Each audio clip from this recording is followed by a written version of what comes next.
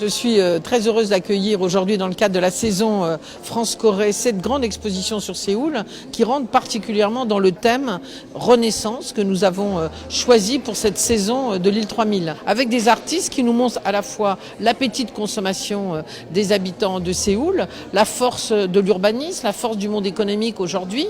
On peut parler de l'électronique, on peut parler de l'automobile, mais aussi les craintes d'une société qui est allée peut-être trop vite, Séoul vite, peut-être trop vite, laissant des hommes et des femmes sur le côté et gardant quand même un caractère extrêmement fort, prégnant, qui fait avancer la population ensemble. Donc à la fois un espoir extraordinaire et en même temps des questionnements sur ce développement. L'exposition Séoul vite est une exposition qui comporte une trentaine de plasticiens contemporains coréens et certains étrangers qui marquent l'ouverture de la scène artistique coréenne sur les scènes étrangères.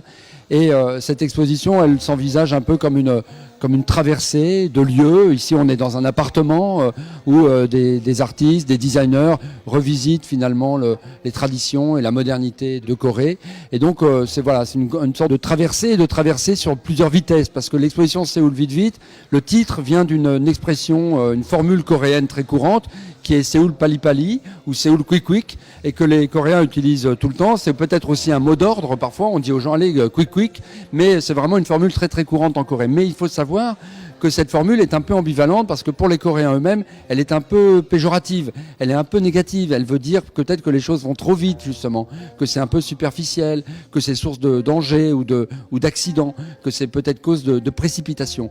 Et donc c'est une possibilité avec ce titre ambivalent d'interroger je dirais le miracle économique coréen, d'interroger le modèle en quelque sorte sociétal qu'a Corée et surtout de pointer, comme le font les artistes, de pointer les limites, les contradictions, la complexité en quelque sorte de cet engagement très fort d'hyper-industrialisation qu'a vécu la Corée depuis les années 70. Séoul, c'est une ville qui s'est métamorphosée considérablement depuis une vingtaine d'années et qui offre certainement aujourd'hui une des plus brillantes scènes contemporaines. Nous nous sommes inscrits dans cette année pour présenter Séoul comme une de nos villes Renaissance. On voit cette évolution, cette nécessité enfin d'arriver à une consommation que certains attendaient, mais aussi parfois à une surconsommation dont vous verrez ce qu'en pensent un certain nombre d'artistes.